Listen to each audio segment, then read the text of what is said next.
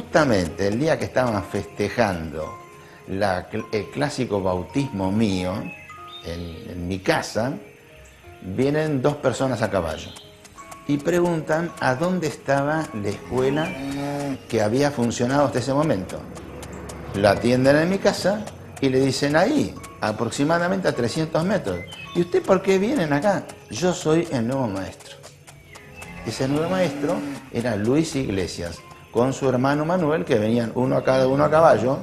No habría otra forma de venir, además los caminos eran horribles. Comenzó a funcionar aproximadamente, creo que en julio de ese año 38, la escuela número 11.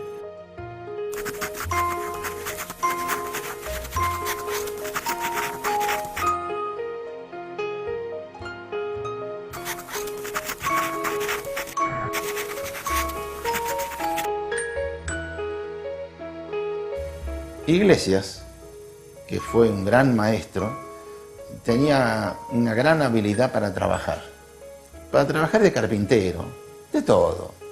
Era extraordinario. Y él con mi tío comenzaron a arreglar el edificio de la escuela.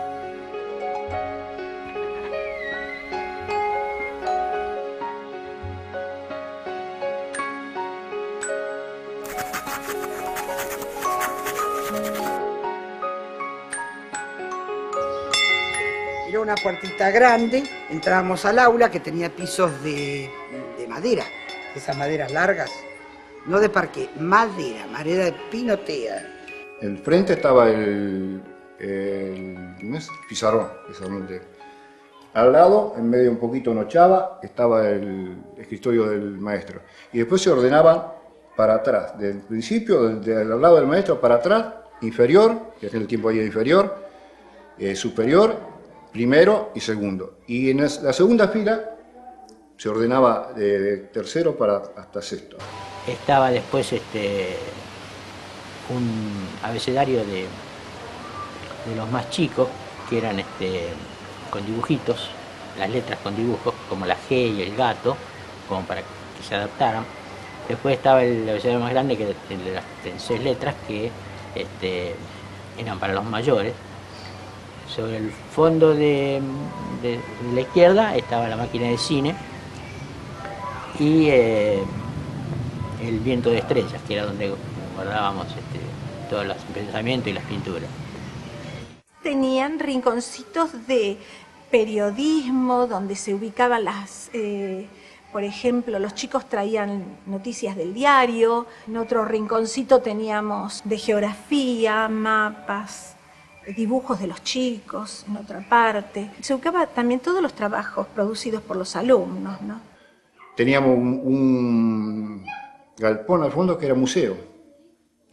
Ahí todavía están las fotos ahí de los animales, hasta una víbora embalsamada teníamos.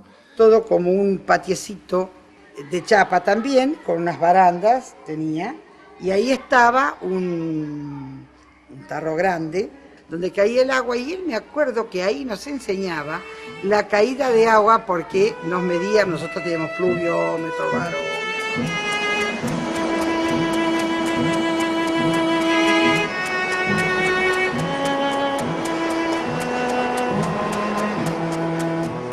Yo soy maestro de la escuela primaria.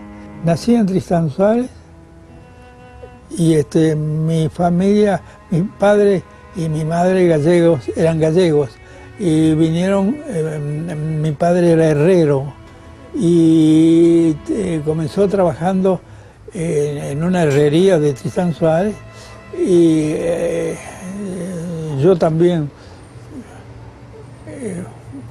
fui herrero y carpintero. Los muebles de esta casa los hice yo cuando me casé o para casarme.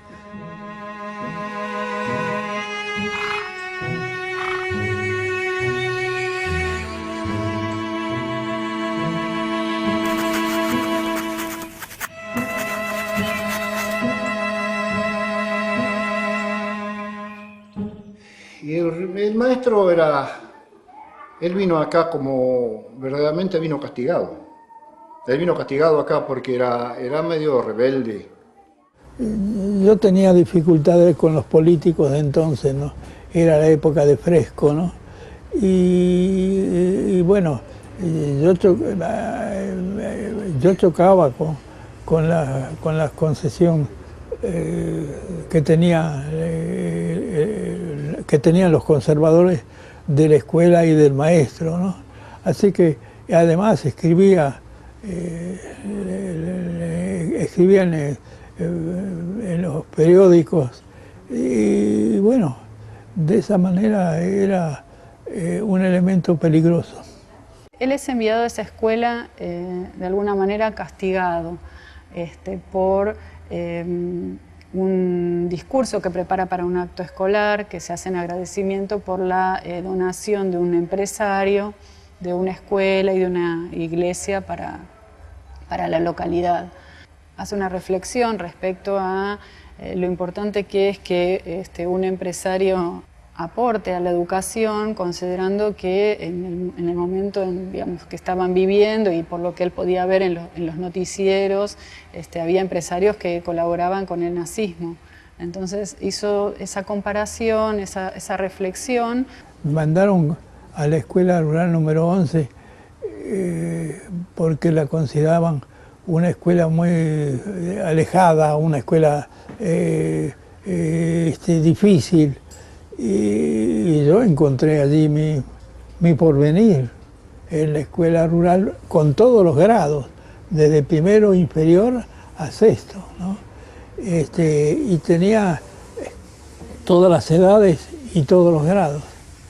Así me inicié como maestro integral y total, ¿no? Él estuvo entre 1938 y 1957 en esa escuela, así que tuvo un periodo muy prolongado en el que pudo realmente detenerse a pensar y a reflexionar y escribir en relación a lo que estaba haciendo. Era muy de campo, ante todo, muy de campo. Éramos todos paisanitos del campo, espiones de tambo, el tambo de nuestra casa, Terminamos el tambo y veníamos al colegio, Así que nosotros sabemos lo que es el trabajo campo. Y había chiquitos que a veces venían de los tambos donde trabajaban mucho, porque realmente el trabajo del chico en el campo ayuda a los padres.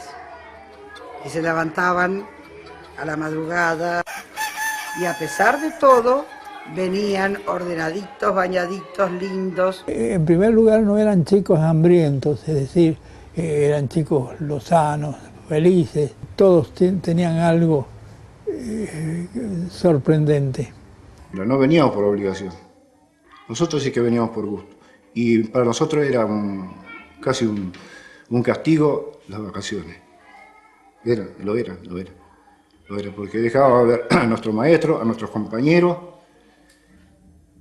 Pero yo, por ejemplo, venía casi de San Vicente, como 30 kilómetros de acá.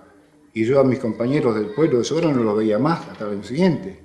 Las vacaciones para nosotros eran un castigo, es la verdad. Y él lo sabe bien, el viejo lo sabe bien.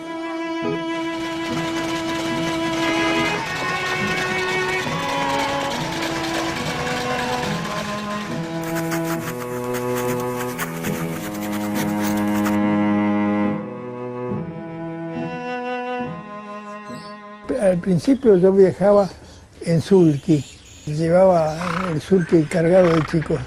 Después sí, tenía una chatita Ford, de Ford a bigotes, de las antiguas, y allí llevaba chicos y llegaba a la escuelita con 10, 15 chicos cargados. Yo vine a esta escuela que me traía el maestro en una chatita Forte, un Ford a bigote. Veníamos con el maestro en esa chatita y yo no recuerdo que haya pasado un día que no viniéramos. El maestro siempre venía, inclusive con barro, la chatita esa con cadenas llegaba siempre. Era una cuestión, cuando llovía, yo voy a la escuela, y mi mamá decía, pero Blanca, ¿cómo vas a ir a la escuela? Si el maestro no vino. Yo me ponía detrás del gallinero de mi casa y veía venir el maestro por el camino que venía de Tristán Suárez venía y se veía, pero clarito se veía la camioneta y ahí, querida, no me sujetaba nadie en casa. Ahí venía el maestro y yo salía de casa y el maestro venía acostalando por las cunetas, que se iba a la cuneta y volvía a salir. Bueno, y llegaba, por ahí no llegaba a las 8:30, llegaba a las 9, pobre.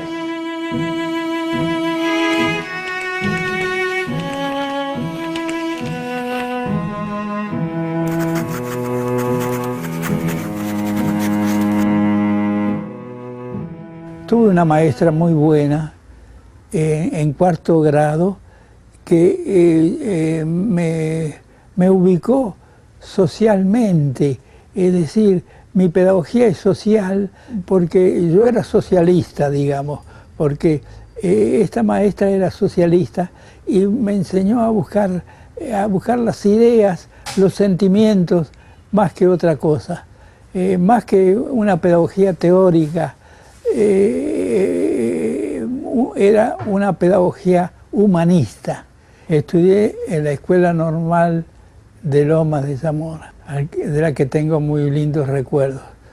Tuve como profesora a Lidia Bassi. Su pedagogía era positivista. El padre era positivista y yo entré en la pedagogía positiva.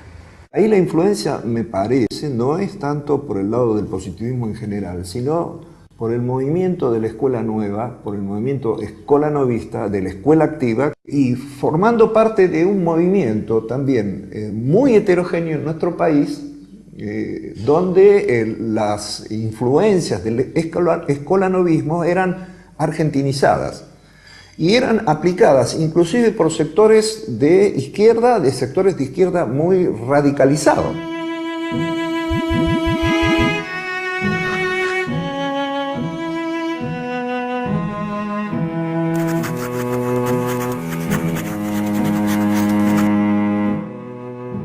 Una de mis preocupaciones cada vez que entro en el mundo de la pedagogía es la formación docente. Sin formación docente inteligente, bien hecha al nivel de lo que el país necesita, no sucede nada. Formar al maestro es como formar al ser humano y por lo tanto tiene que tener riqueza de ideas, riqueza de principios. El maestro tiene que ser creador, desde luego. Tiene que ser creativo y entonces tiene que estar permanentemente a la búsqueda de ideas y de formas de trabajo. Ganas de trabajar, esto es lo que creo que es lo primero que hay que tomar de la pedagogía de Iglesias y meterla de lleno en los centros de formación docente.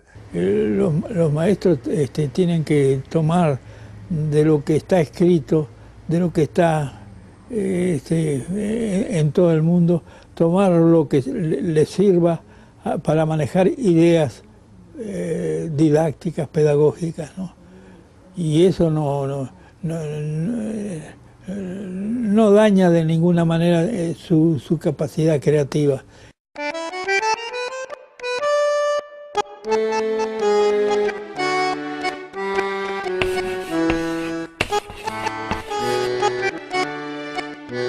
El otro día recordaba cuando íbamos del Tristán Suárez a la escuelita varias veces, alguna con mi retablo de títeres, ¿no? Pero otras veces no. Una vez yo estaba recién operado de una hernia que tenía y me decía que íbamos en el caballo, con un carro, con el caballo, íbamos varios. Y de pronto había llovido mucho, barro, y se trancaba, el caballo no andaba, no caminaba, el carro tampoco. Y todos tenían que bajar a empujarlo, pero yo me quedaba arriba porque estaba recién operado. Y sorprendido, ¿cómo viniste operado? ¿No? Bueno, pero que ir a la escuelita, vos viste alguna foto, ¿no es cierto? Ir a la escuelita era un viaje posiblemente a esa región angelical que tenía allí Luis, ¿no? Con Golostiza él quería conocer, bueno, todos mis amigos querían conocer la escuelita porque era tema obligado. Y entonces lo habían operado del apéndice y no se quería perder una de las visitas que hacían con sus compañeros. Lo conocí a través del Teatro La Máscara. Como nosotros andábamos con títeres, yo tenía como compañero maestro, en cierto modo, a Javier Villafañe. Y así en el teatro había alguien que conocía a alguien. Por otra parte, yo conocía al poeta Guillermo Echeverri porque trabajábamos juntos en Bungibor.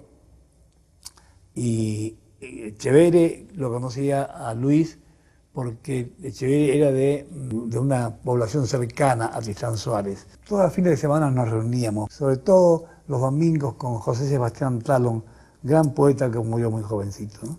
Formamos el grupo Lirulí, Gorostiza, Echeverri, bueno, todos muchachos que escribían, eran poetas, escritores, dibujantes. Lirulí es uno de los libros más hermosos que tiene Romain Rolland, ¿no? La IAP era un lugar donde íbamos a menudo, y el Tortoni también, y el Colegio Libre también. El momento que aquí había una euforia, era curioso lo que era Buenos Aires entonces, qué diferencia con este Buenos Aires de hoy. Está como que se ha abierto, como que se ha desperdigado, donde están los cafés donde nos reuníamos.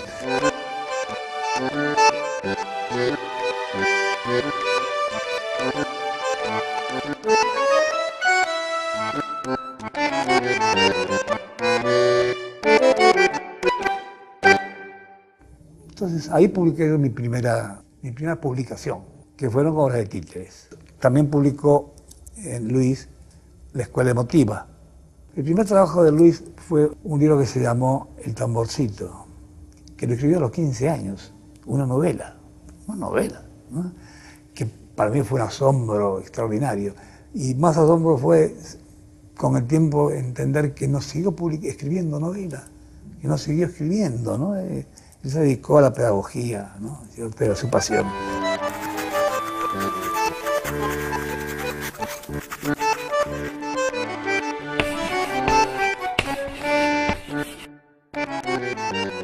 Yo nací maestro y escritor, ¿no?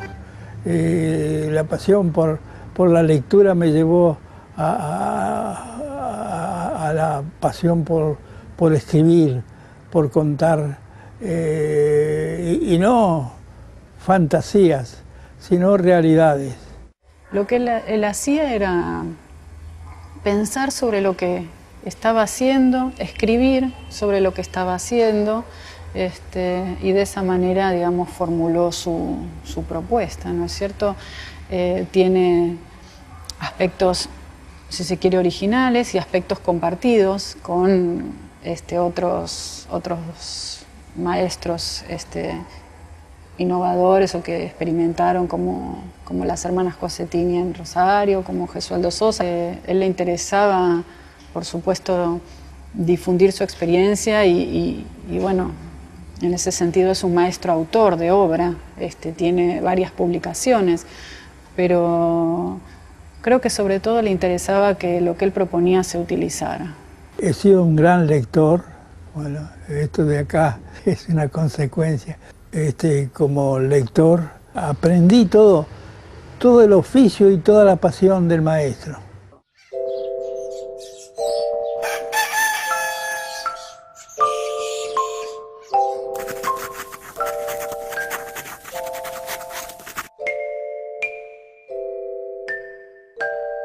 Llegaba, tomaba la ficha, me ponía a trabajar, me indicaban, salíamos también con algunas, cuando terminaban los trabajos, tomábamos carpetas con acuarelas que cada alumno traía y nos indicaba que cada uno se sentara donde le gustaba para pintar lo que veía, así como lo veía, que lo vuelque en la carpeta, en la hoja. La ayuda mutua, la solidaridad se aprendía en vida. ¿Cuántas veces un chico decía, señor, me deja ir con los chicos de primer grado que están perdidos? Para ellos es una alegría ayudar a los compañeros. Para los otros chicos es una alegría de que un compañero les ayudara. El maestro de iglesia ante todo nos enseñó la solidaridad entre todos. Los más chicos a veces eran alumnos de los más grandes. Era solidaridad pura. Era una escuela en medio del campo. Electricidad no había Edesur, ni Edenor, ni célula fotovoltaica, nada de eso. Entonces el maestro compró una clásica vitrola. Vitrola es una marca de RCA Victor. A cuerda. ¿Y qué hacíamos? En medio del campo cantábamos el himno al compás del disco del himno, el himno nacional. Y después siempre me acuerdo danzas folclóricas. Era un maestro de avanzada. Él ya en el año, creo, 43, adquirió un colectivo que lo manejaba mi padre. ¿Y a dónde iba el colectivo? El colectivo fue varias veces a Monte Grande. El maestro decía que no puede ser que viviendo a 7 u 8 kilómetros de Tristán Suárez o de Seiza, los chicos no conocieran ni Seiza ni Tristán Suárez, ni tampoco Monte Grande, que era el distrito. Creo que en el año 46 se vendió el colectivo, y con ese dinero, y sobró bastante, y se compraron muchos elementos para la escuela, compró un proyector de filminas, lo que podría decirse ahora un proyector de diapositivas. El cine lo hacíamos nosotros, o sea, no yo en primer grado, pero los de quinto, sexto y cuarto, quinto y sexto hacían las películas. Normalmente eran para las fiestas patrias, y se hacía sobre papel celofán con tinta china. Esa máquina funcionaba con la batería de la camioneta. Más de una vez, después de la función, había que empujar la chatita porque no tenía batería para arrancar.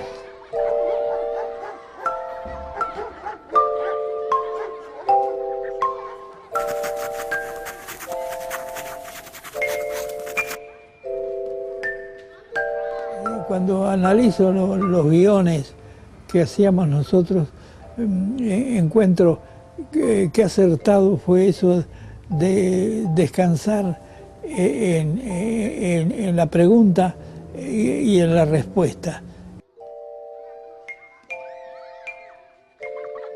El rancho. ¿Qué materiales se utilizan para construir un rancho? Los guiones nacieron de la necesidad de manejar la formación, de la intervención del pensamiento. Todo lo que se hacía en la escuelita era análisis crítico. No es palabrerío cuando dice que quiere generar autonomía en sus alumnos. Él planifica su enseñanza pensando en que el objetivo es que los alumnos sean autónomos, tengan pensamiento autónomo y tengan un accionar autónomo. El conocimiento no era el bla bla bla que traía el maestro y lo ponía allí, no, era la búsqueda de las respuestas, es decir, hacer de la enseñanza un sentido crítico y dinámico. El chico tiene que meterse, pero pensando y ubicando ese conocimiento en la realidad, vincularlo con otras posibilidades de aprendizaje. Es decir, no es una transmisión fría. ¿Quién era General San Martín? Busca la respuesta en la Biblioteca Garamba.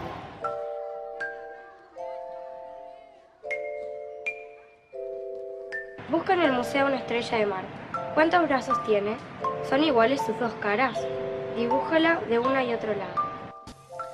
Los guiones didácticos nacen por un problema físico, si se quiere. Él era maestro, director, portero, que limpiaba el piso y charlaba con los padres de los chicos y les solucionaba problemas. Pero era solo, 30 alumnos.